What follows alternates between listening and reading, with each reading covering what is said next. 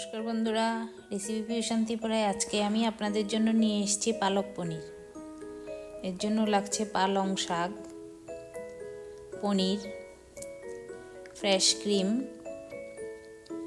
আদা রসুন বাটা, লঙ্কা গুঁড়ো, লাগছে পেঁয়াজ কুচি, তেল, জিরে গুঁড়ো, স্বাদ মতো নুন, হলুদ, লাগছে গরম মশলা গুঁড়ো।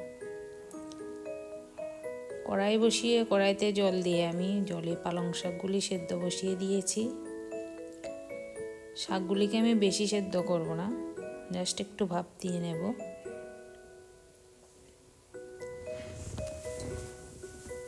পালং শাকগুলিকে একটু নেড়ে চেড়ে দিচ্ছি। এখন যেহেতু শীতকালে বাজারে পালং শাক অ্যাভেলেবেল। পালং শাকগুলি সেদ্ধ হয়ে গেছে। এবার আমি ঠান্ডা জলের মধ্যে শাকগুলিকে উঠিয়ে নিচ্ছি।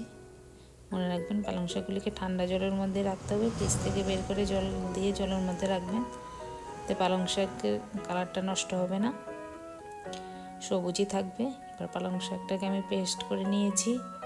কড়াই বসিয়ে কড়াইতে দিয়ে দিয়েছি তেল। তেল গরম হলে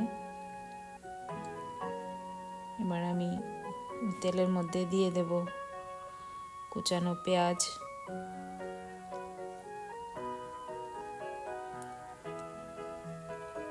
পেঁয়াজটা দিয়ে দিলাম। হালকা ব্রাউন করে পেঁয়াজটাকে আমি ভেজে নেব।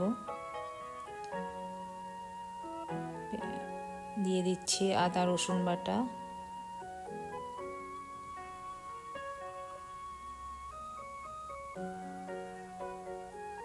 আদা রসুনটাকে একটু ভেজে নেব। দিয়ে দিলাম নুন, হলুদ গুঁড়ো,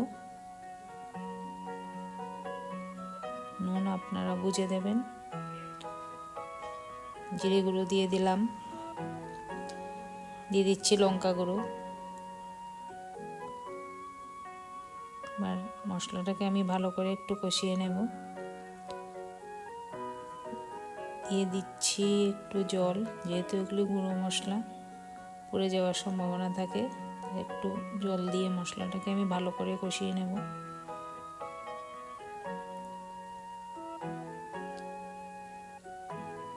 আমার মশলা কষানো হয়ে গেছে, মশলা থেকে তেল ছেড়ে দিয়েছে। এবার দিয়ে দিচ্ছি পালং শাকের যে পেস্ট বানিয়ে রেখেছিলাম ওইটা। মশলার সঙ্গে পেস্টটাকে আমি ভালোভাবে মিশিয়ে নিলাম। আপনারা চুলার আঁচটা মিডিয়ামে রাখবেন, রেখে রান্নাটা করবেন। এবার পালং শাকের মধ্যে আমি দিয়ে দিচ্ছি অল্প জল। জলটা শাকের সঙ্গে মিশিয়ে নিয়ে আমি রান্নাটাকে ফুটতে দেব কিছুক্ষণের জন্য।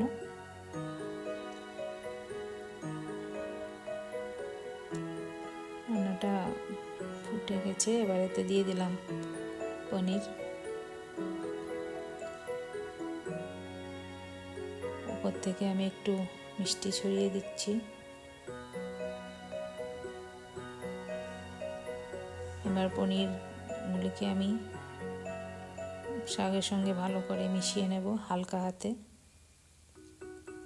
বেশি জোরে নাড়াচাড়া করলে পনির ভেঙে যাওয়ার সম্ভাবনা থাকে। রান্নাটাকে আমি কিছুক্ষণের জন্য ঢেকে রাখবো। ঢাকাটা আমি উঠিয়ে নিলাম।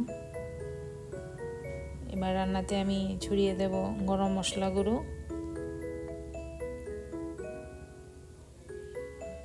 দিয়ে দিয়েছি। গরম মশলাটা মিশিয়ে নিয়ে এবার দেবো এতে আমি ফ্রেশ ক্রিম। আপনাদের ঘরে যদি ফ্রেশ ক্রিম না থাকে তাহলে আপনারা এতে দুধের মালাই ইউজ করতে পারেন। দুধের মালাই ইউজ করলেও আমার মনে হয় না স্বাদের তেমন কোনো হেরফের হবে।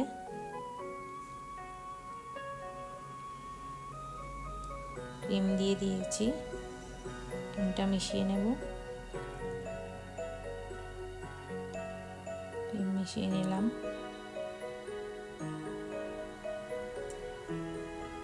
আমার পালক পনির রান্না কমপ্লিট। এবার এটাকে আমি একটি সার্ভিং বলে উঠিয়ে নিচ্ছি। আপনাদের যদি আমার এই রেসিপি ভালো লেগে থাকে তাহলে আমার চ্যানেল রেসিপি ফিউশন ত্রিপুরাকে আপনারা সাবস্ক্রাইব করবেন, লাইক করবেন আর ভিডিওটিকে বন্ধুদের সঙ্গে শেয়ার করবেন। আর পালক পনির শীতকালে নিজেরা ঘরে রান্না করে খাবেন, খেতে খুবই টেস্টি হয়।